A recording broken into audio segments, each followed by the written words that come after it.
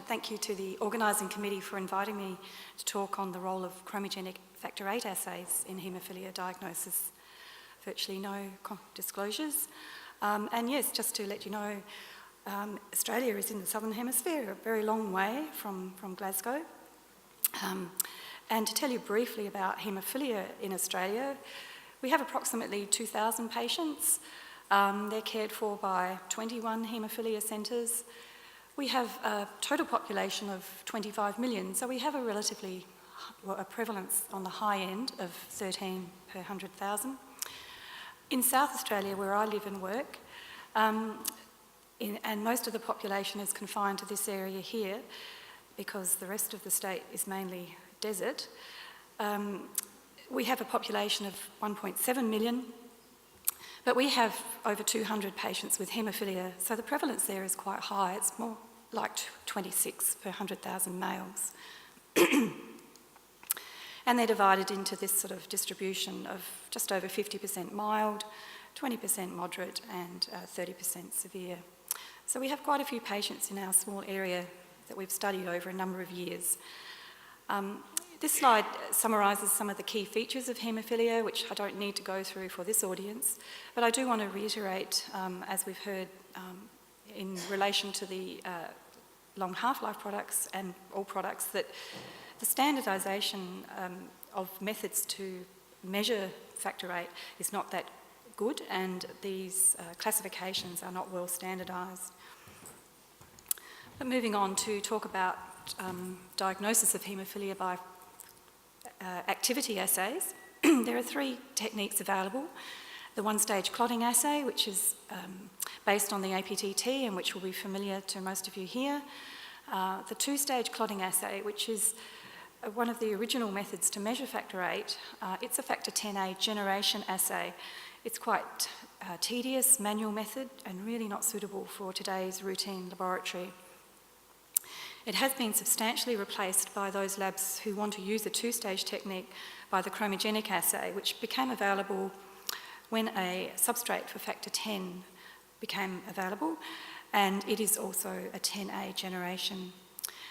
Both the two-stage clotting and chromogenic assays have one feature in common, that it takes between 5 and 10 minutes to generate a maximal amount of factor Xa, so they have quite a long incubation time compared to the one-stage assay, which is a much more rapid generation of thrombin after addition of calcium to the mixture.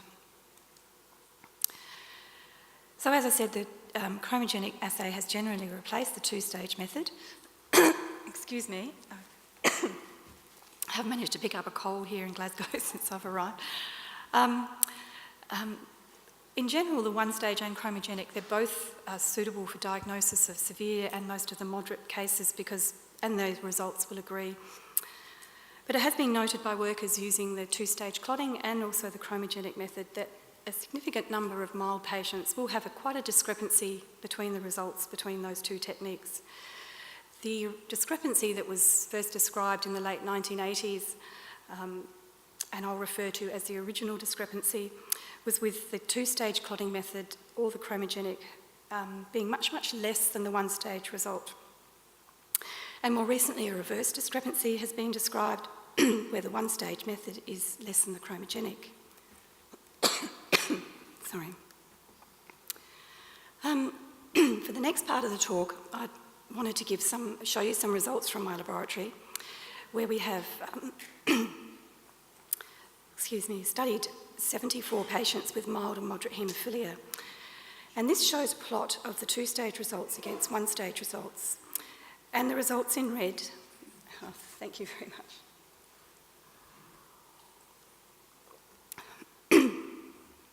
are those patients that have relatively equivalent factor VIII levels. And the results in the blue squares are those where there is a more than doubling of the one-stage result compared to the two-stage level. And this blue line is the slope of 2. So the concept of a ratio is developed, that the ratio of these is over 2, one-stage result over two-stage result. Also shown here are over 100 normal donors, and scatter there is quite marked, but never do the normals show more than a doubling by one stage level. The other things you can note is that in certain patients will have a close to normal level by one stage, but quite significantly abnormal by two-stage method. And some patients will change their classification. They'll move from mild to moderate, depending on which technique you've used. The other thing we noted in this study was that there was a familial tendency for this discrepancy. If one patient in a family had a discrepancy, all members of that family did, and vice versa with the equivalent group. Because of the difficulty of running a two-stage method routinely, and we recognised that we needed to be able to use such a technique to study our patient group, we were keen to investigate whether the chromogenic method was suitable to replace the two-stage method. And in this study here, it's a single sample from 77 patients. 37 were defined as discrepant based on the previous studies, and 40 as equivalent.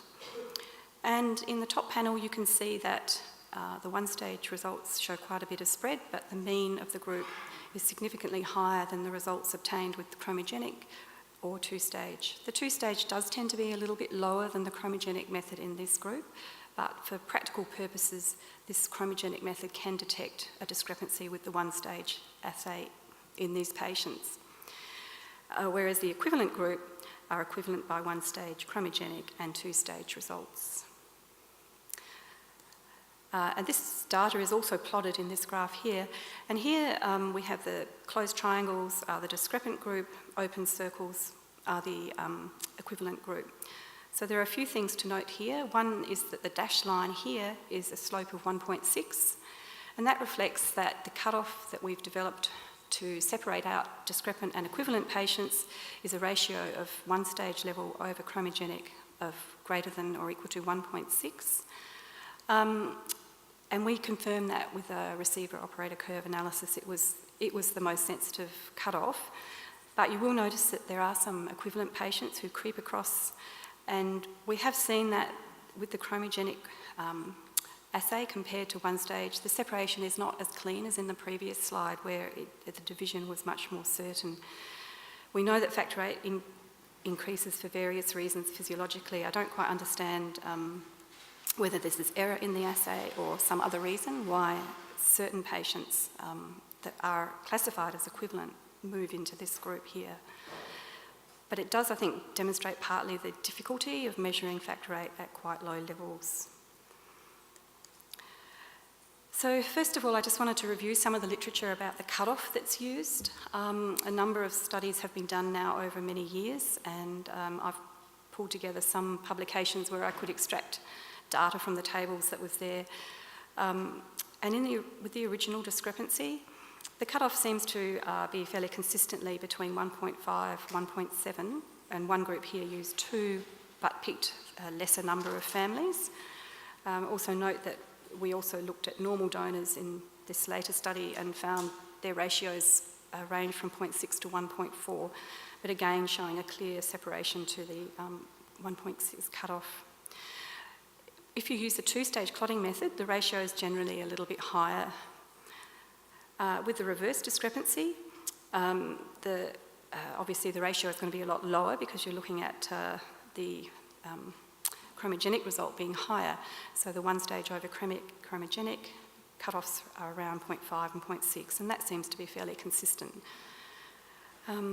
Also shown here is the percentage of mild and moderate families that you may expect in your to find, and we found 40%. Other groups have found close to that, but other groups, again, have found a lesser percentage of patients with this discrepancy. So it would depend on your demographic, the population of haemophilia families, and the sort of perhaps founder effect of common mutations in your group, and similar percentage of families with the reverse discrepancy. In 1996, we published data to show the mutations that are associated with the original discrepant group, which was very satisfying because it did confirm that these patients did indeed have a factor VIII gene mutation. And in these 10 representative patients, we found 6 different mutations. We could see that they were mainly impacting on the A1, A2 and A3 domains of factor VIII. We also confirmed the differences between 1-stage, 2-stage and chromogenic. And another finding that others have also shown and confirmed is that the factor VIII coagulant antigen is relatively high in these patients with this original discrepancy, often close to the value of the 1-stage level or even into the normal range, apart from this one mutation here for reasons we don't understand. But it does highlight that we're dealing with a qualitative defect of the factor VIII molecule, and that actually the secretion of the protein is occurring at a relatively normal level. So since that time, there have been many more mutations described, and I've stayed with using the numbering system for the mature factor VIII protein. If you want the HGVS numbering, add 19 to these amino acids.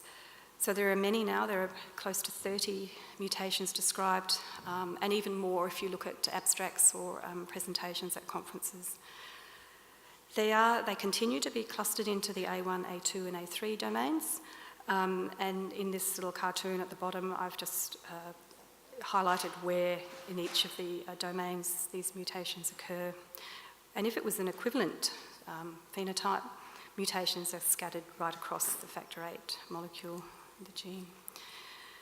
So this cartoon here nicely summarises the role of factor VIII in the coagulation pathway, but it also shows what happens to the molecule when it's activated and then inactivated. So it's important to remember that factor VIII is cleaved on activation by thrombin. It forms a non-covalent linkage between the A1, A2 and A3 domains, and this is the active part of the molecule. So it has been proposed, and there is some evidence to show that these mutations that cause measurement in the laboratory to be discrepant also introduce an instability to the non-covalent binding between A1, A2 and A3, and the molecule falls apart much more rapidly, which sort of fits in with what we've found with the 2-stage and the chromogenic methods, that during that generation of 10A, initially it's quite normal, but it is not sustained, and less 10A is generated with the discrepant patients compared to the normal group. This is the list of mutations for the reverse discrepant genotype, and in this group, again, also there's nearly 20 mutations.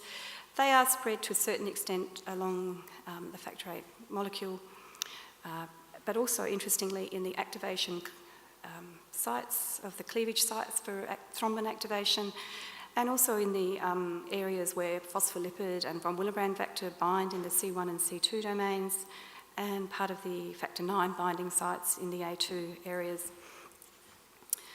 And there has been proposed a mechanism for the reverse discrepancy to show high chromogenic results, and that is that the prolonged incubation time allows more effective cleavage and binding of the molecule, so it is with time more effectively activated, whereas in the rapid incubation and clotting phase of the 1-stage method, we have a much lesser activation of the molecule, giving lower results. So at least with these patients, we can sort of understand a little bit about, postulate answers as to why these discrepancies occur. As with some of the treatment products that we've seen, not all chromogenic methods will behave the same. We did compare 5 representative patients with 3 different chromogenic kits, B, C and D, against a 1-stage mean and a 2-stage mean for the group. And you can see that whilst kits B and C do give a substantially lower result to the 1-stage level, although it's still quite a bit higher than the 2-stage, Kit D did not show that difference. Kit D has been used by other workers to demonstrate discrepancy, so it's important for everyone to select their chromogenic assay and investigate it to get to know its performance. So for the next part of the talk, I wanted to assess what is the range of factor VIII results that we see by the various methods, And can patients have a misdiagnosis? Unfortunately, these answers are not straightforward. This is a patient from the UK that's been probably widely talked about in many meetings, and it's clear that this person had a misdiagnosis of haemophilia if only the one-stage method was used on 3 occasions, clearly normal, but by 2-stage clotting and chromogenic, this person was clearly abnormal and had a bleeding history and a diagnosis of haemophilia. This table is a little bit busy, but what I've done is tried to pull out from a number of studies the number of patients with a result less than 50 by one-stage assay or less than 50 by chromogenic. And these are the original discrepancies. So in our first group, 28 out of 29, and the Mazeria group, 21 out of 22, and so on. The Poulsen group, 91 out of 92, were abnormal by one stage. And the levels ranged from quite low to quite high. So there are a number of patients in these studies that have normal factor VIII levels by one-stage method. And in fact, whilst there were 206 patients detected by one stage, there were 11 cases that were missed. So there is approximately 5% of these mild patients would be missed if they were only tested by the one-stage method, whereas they all had abnormal results by chromogenic, and the results were all fairly clearly different and below the normal cutoff. But the reverse discrepancy gives us an opposite picture and shows that the chromogenic method does not pick all abnormalities of haemophilia.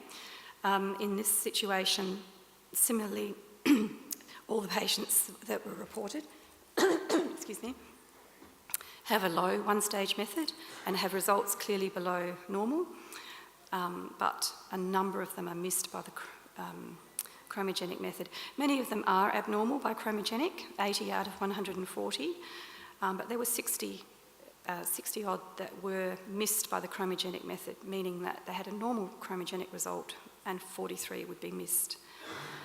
This is generally regarded as a much more mild bleeding disorder, but nevertheless it would still be important to detect patients that may bleed with trauma. On here, I just wanted to touch on one of the more common mutations that's been found in many studies now, is the ARG531 His mutation. It shows quite clearly one-stage levels of medians between 30, usually around 30, 180, whereas the chromogenic medians are around 40 to 14. And the ratios, there is some consistency, it's all greater than 2.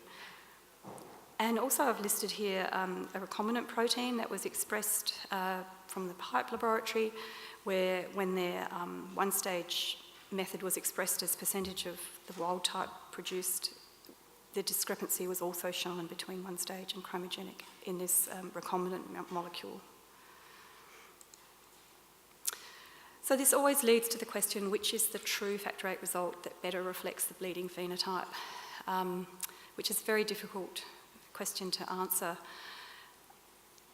When we look back at the literature, most of the publications talking about the original discrepancy only mention the fact that they are dealing with a patient with a bleeding disorder.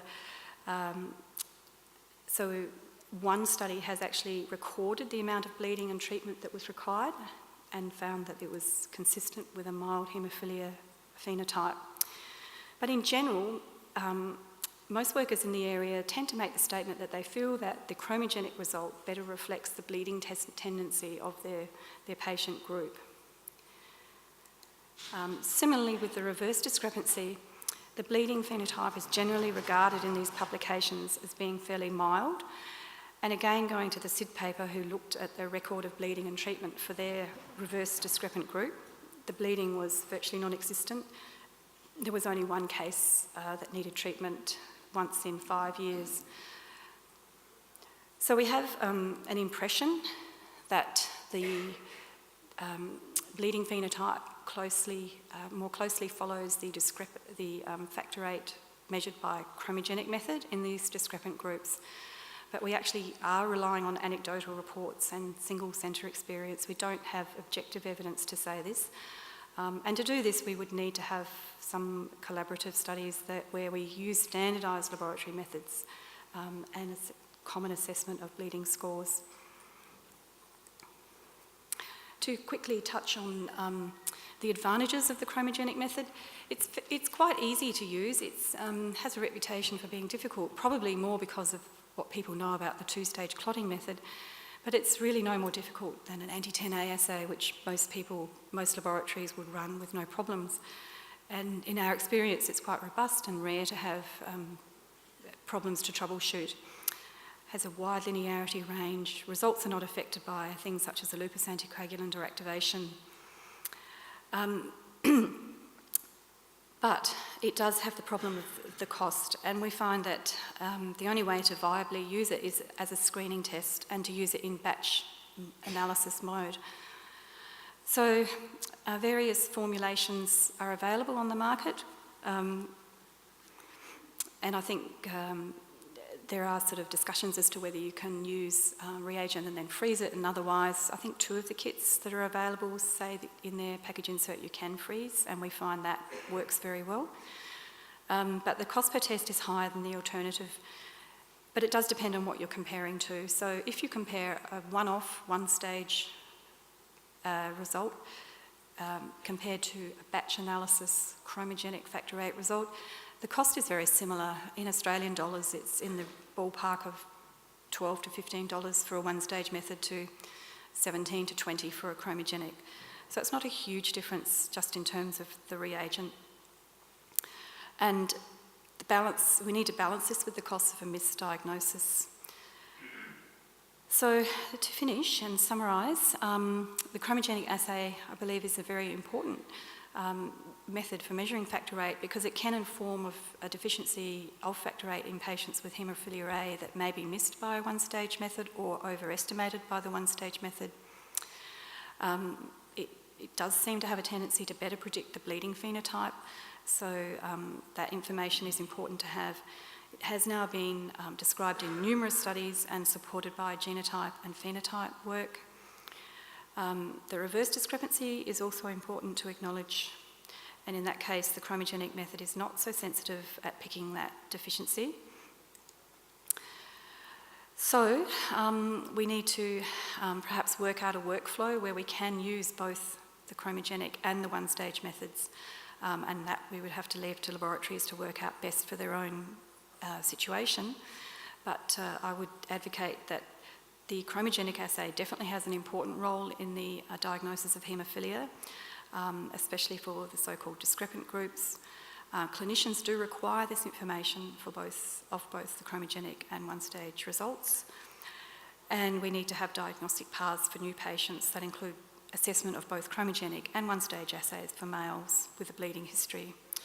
And I would also promote that genetic analysis can be very useful to assist this assessment because it allows comparisons to databases and also to build knowledge of this very interesting patient group.